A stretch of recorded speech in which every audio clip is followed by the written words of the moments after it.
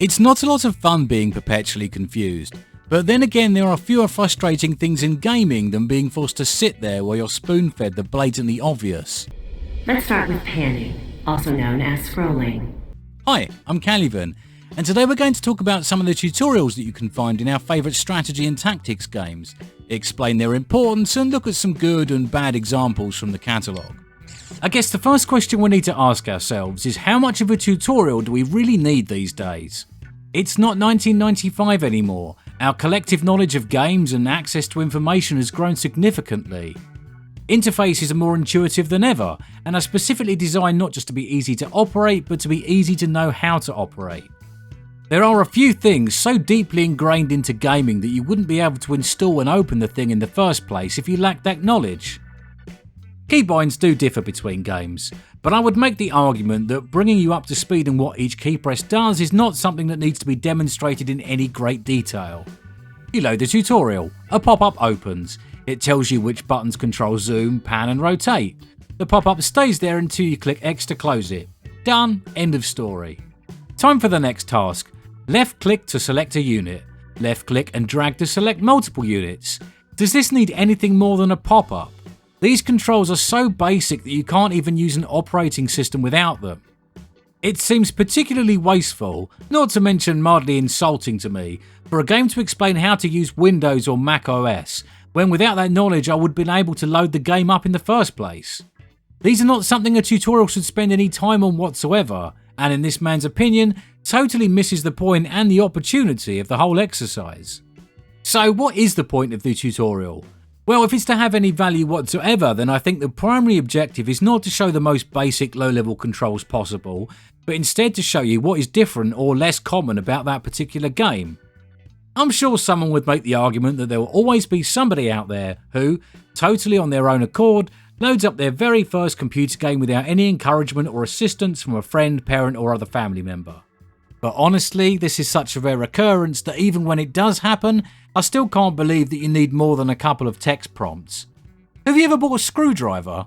Did it come with a user manual on a video? No, of course it didn't. Everyone knows how to use a screwdriver. And even if you don't, there's normally someone near who knows how to use a screwdriver. And in the rare cases that none of these things are true, there is still the internet. I'm not saying that this sort of thing has no value whatsoever. I'm saying that development time costs money, and every cent you spend on something almost worthless is a cent you can't spend elsewhere. If you've got unlimited funds, then sure, include these things, but for the sake of sanity, it should not be the first thing a regular gamer experiences when they click play for the first time.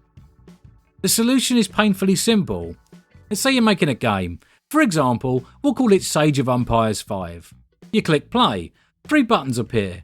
I'm new to real-time strategy games. I'm new to Age of Empires. I've played a previous game in the Age of Empires series. Simple as that. Everyone is catered for, and you don't have to waste the gamer's precious time by explaining to them how to move a unit or murder a sheep for dinner. This sort of thing is especially true for games that are part of a series, which, let's be honest, is more common than not if it's from a major publisher these days. What most players are going to want to know isn't the basic controls of Age of Empires, but what is different between Age of Empires 5 and the previous 4 games in that series. If it's a new game in a totally new franchise, then I think you can have a little more leeway on what you include in a tutorial, but you still need to focus hard on how you include it. Unless a game has a very innovative and unique control system, then there is little more boring than executing the basics. And if you've played any RTS in the last 30 years, then I think you could probably figure it out yourself with nothing more than a couple of prompts, a few units and an objective to accomplish. You might even get a sense of satisfaction on completion, resulting in engagement rather than a big yawn and an Alt-Tab. Boring the user and making them wait is one of the highest crimes a tutorial can commit. When I load up a new game, what I immediately want to do is start playing it. If it's a traditional RTS, then I better be using my own decision making to control units in the first minute or two, or I'm going to be severely disappointed. I'm not impatient, and as a gamer in my 40s I grew up well before the generations that had their attention spans eroded by TikTok and shorts, but even I have my limits. I think it's time now to go back to the start and look at Command & Conquer and check out the tutorial that came with the original 1995 release. Okay, that's a bad example, it didn't have one. But that didn't really seem to matter. Most people who played it had never seen an RTS before, and figuring out how to operate it was actually part of the experience for most of the audience. We didn't have YouTube, but there was a manual that told you how everything worked and even included a complete walkthrough of the first 2 missions for each faction for those that needed a little more guidance. The manual was actually pretty thorough and came with a complete list of all the units, their costs, strengths and weaknesses, and the tech hierarchy you needed to follow to construct them. Despite being a relatively new concept and lacking a tutorial, the game was praised by many for the innovative nature of the control system and how easy it was to play. So is this really a bad example? This was a new game, in a new series, in a new genre, and yet the lack of a tutorial was not a barrier for entry or enjoyment at all. I think it worked for Command & Conquer because you were generally introduced to new units and mechanics at a slow pace, the mechanics themselves are quite simple, and it was back in the days when you had a printed manual so you could easily refer to it while you had the game open. I'm not saying that games shouldn't have tutorials. When they're done well, they're helpful, but I think the secret of a great tutorial is one that's incorporated into the story in such a fashion that you're hardly aware you're participating in one altogether. Tell me and I forget, teach me and I may remember, involve me and I learn. I've picked out a couple of games that I think got it pretty spot on. First on my list is the original Company of Heroes. It doesn't have a dedicated separate tutorial. Instead, the opening mission is a great example of the involve me and I learn concept, with the tutorial effectively baked into the campaign itself. The first mission has 2 things that create the conditions needed for involvement and experimentation: an infinite supply of troops and no clock to worry about.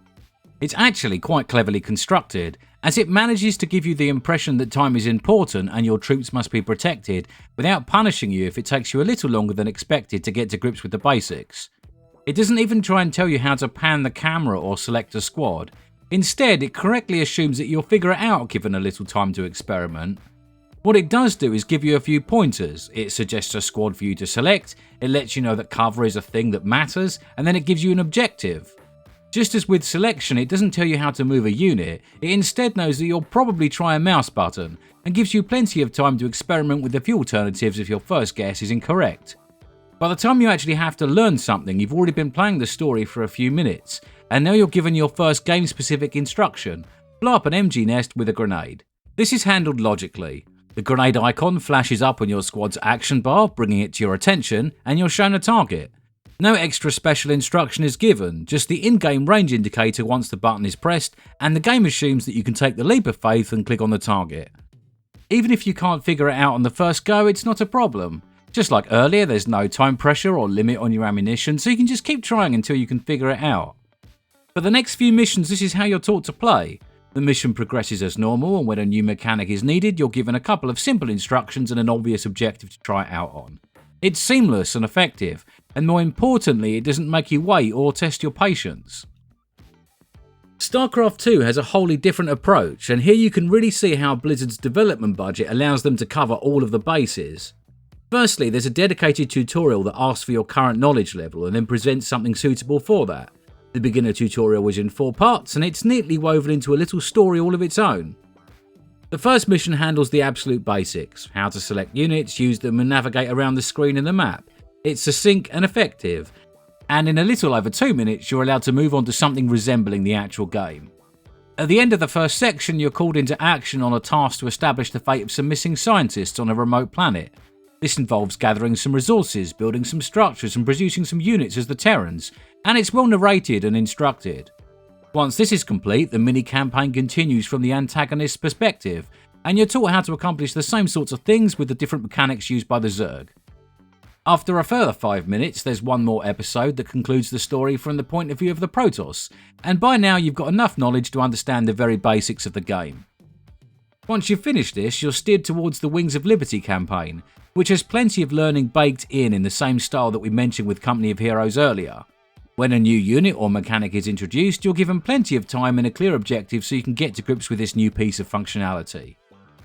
StarCraft 2 then takes this one step further, and once you've finished the campaign, there is a whole other set of advanced training that takes your campaign knowledge and shapes it into something that better resembles a multiplayer match. This consists of 3 stages of training, each one of increasing complexity and difficulty that are playable as all 3 of the game's factions. They play out a bit like a skirmish match, but the in-game UI gives you objectives, instructions and hints on what you should be doing and when. It's obviously not potent enough to turn you from an absolute novice into a seasoned multiplayer veteran, but it does ensure that you grasp the core concepts well enough that you'll be able to properly understand any future learning from practice sessions or external video tutorials. So this is what good tutorial experiences look like, but what about bad ones? I think we'll have to start with Supreme Commander 2. It opens up with a dull, unskippable intro that is guaranteed to put you in a bad mood, and then it laboriously explains and demonstrates how to use the camera controls. By the time you're 2.5 minutes into the tutorial, you're finally asked to left-click a unit, and it takes a whopping 15 minutes to cover attack moving and the building of 2 resource structures and a single production factory.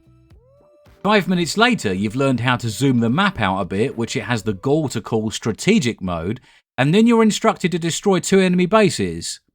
However, you don't actually get to put anything you've learned into practice. You would think you would need to secure resources, build an army, and then lead an attack to complete the objective.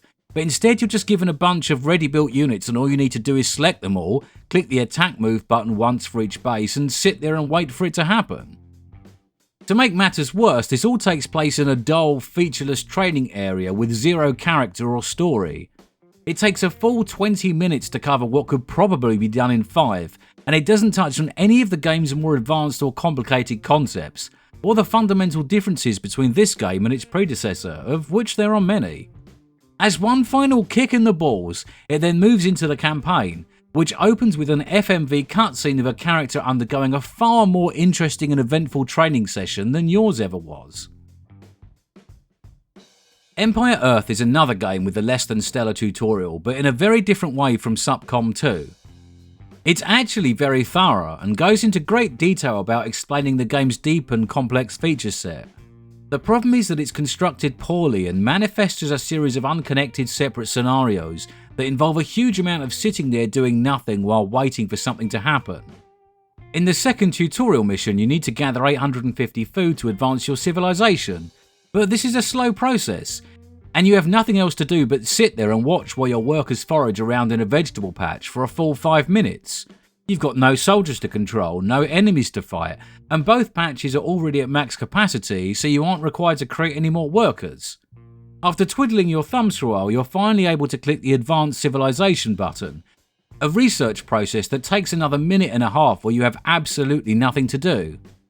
Halfway through this, the game decides to mock you by informing you that you can watch the progress happen by clicking the town centre and staring at the progress bar. This agonisingly dull process sums up the whole learning experience in Empire Earth, and I would be really surprised if anyone actually sat through it without falling asleep.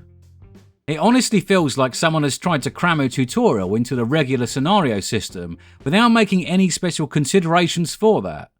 At one point you're told to spend some civilization bonus points as your people go into the Stone Age, but once you open the screen, the first set of bonuses you find are for things like 20% speed bonus for helicopters and reduced build time for fighter bombers.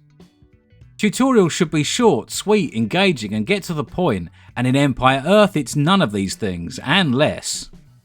Now, it's not an RTS, but I feel the real-time tactics game Desperado deserves a special mention here. The first mission serves as an introduction and a tutorial. You're told how to walk and run before you can crawl, and then you're shown how to throw a punch, a knife, and how to use your distraction tools. You're also shown how to fire a shot into a prostitute's flower pot, and no, that's not a euphemism. Everything is explained pretty well, and including all of the story dialogue, it lasts about 10 to 12 minutes. The very last task is to sneak up on a hoodlum who knocked you out earlier with a sucker punch. Unlike all of the previous tasks, this one is very easy to fail when you're unfamiliar with the game. You're told to stay out of line of sight, but you're not told that running makes more noise and the sound will also alert the target. The second you do so, he will flee and you'll immediately get a game over message and a restart button. There is no autosave in this game, and although it does have a quick save and a quick load function, the tutorial neglects to inform you of this. Then you're right back at the start, and you have to go through the whole process again, which is very dull the second time around. The first time I played this game, it took me 2 attempts before I discovered the quick save and the dialogue skip button, and I was within a hair of giving up with the whole thing and leaving in a sulk. This would have been a shame, as I ended up really enjoying the game and put over 50 hours into it. But it does go to show how important a properly executed tutorial can be. Now, I don't expect all games to have the same amount of detail and granularity in their tutorial systems as StarCraft 2. As we mentioned earlier, these things all eat into the development funds, and most RTS are created on a fraction of the budget that StarCraft 2 had. However, teaching people how to play your game is important, and it's not something that should be reduced to an afterthought or left to an intern as a simple box-ticking exercise. If you have the funds for it, go big, and if you don't, then bake it cleverly into your campaign. If your resources are extremely limited, then make sure to focus on the areas that are hardest to intuit. For strategy games, this probably isn't going to be the basic camera, order and build mechanics, as most people can figure these out given enough time and a little on-screen text. Instead, focus on the areas that are specific to your game, things like research trees, upgrade paths and deck building systems, especially if they have mechanics that make earlier choices expensive or impossible to change later in the game. Just like campaign modes, tutorials will often be the first thing that a lot of people experience with a new game, and it's important to engage them, entertain them, and more importantly, not to waste their valuable time. Hi there, thanks for watching my video about tutorials. If you enjoyed this, then please click the like button. You can do this by placing your hand on the mouse, starting with your palm in the center and then the tip of your index finger on the leftmost button. Move your hand until you see the cursor on the screen move, and then guide it in the direction of the thumb icon below the video screen and then press down with your finger. Don't worry if you get it wrong, you can always watch the whole video through once more and then try again at the end. Once that is complete, tell me about your best and worst tutorial experiences in a comment or on the Discord, and if you want more of this sort of thing, then subscribe to my channel and I hope to see you back soon.